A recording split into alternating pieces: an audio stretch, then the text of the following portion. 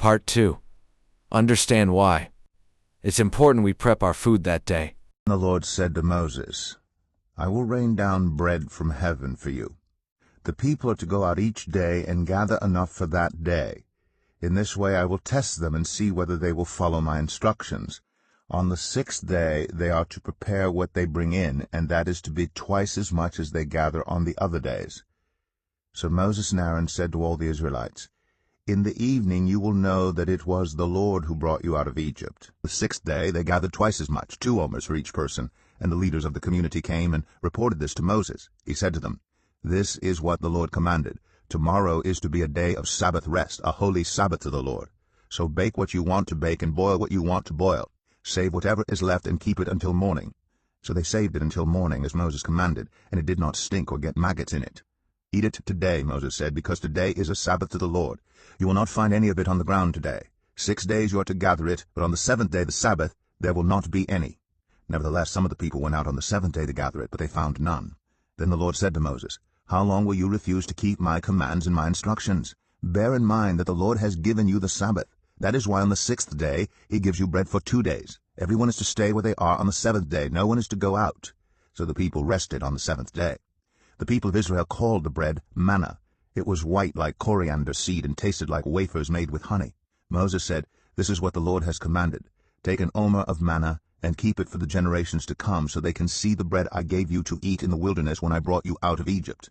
So Moses said to Aaron, Take a jar and put an omer of manna in it, then place it before the Lord to be kept for the generations to come.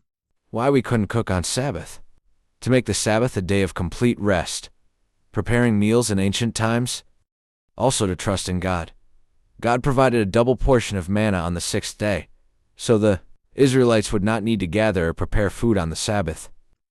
Then the Lord said to Moses, Say to the Israelites, You must observe my Sabbaths.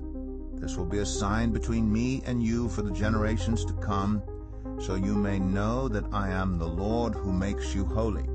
Observe the Sabbath, because it is holy to you. Anyone who desecrates it is to be put to death. Those who do any work on that day must be cut off from their people. For 6 days work is to be done, but the 7th day is a day of Sabbath rest, holy to the Lord. Whoever does any work on the Sabbath day is to be put to death. Exodus 20. And God spoke all these words, I am the Lord your God, who brought you out of Egypt, out of the land of slavery. You shall have no other gods before me.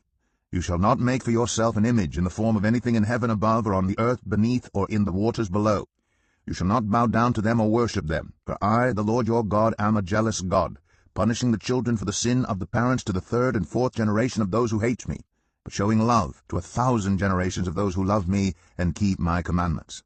You shall not misuse the name of the Lord your God, for the Lord will not hold anyone guiltless who misuses his name. Remember the Sabbath day by keeping it holy. 6 days you shall labor and do all your work, but the 7th day is a Sabbath to the Lord your God. On it you shall not do any work, neither you, nor your son or daughter, nor your male or female servant, nor your animals, nor any foreigner residing in your towns, for in 6 days the Lord made the heavens, and the earth, the sea, and all that is in them, but he rested on the 7th day. Therefore the Lord blessed the Sabbath day, and made it holy. Honor your father and your mother, so that you may live long in the land the Lord your God is giving you. You shall not murder. You shall not commit adultery. You shall not steal. You shall not give false testimony against your neighbor. You shall not covet your neighbor's house. You shall not covet your neighbor's wife, or his male or female servant, his ox or donkey, or anything that belongs to your neighbor. Found something interesting. Sabbath hour starts. Morning and night. Not. Friday sundown and Saturday sundown. Psalm 92. A psalm, a song for the Sabbath day. It is good to praise the Lord and make music to your name, O Most High, proclaiming your love in the morning and your faithfulness at night.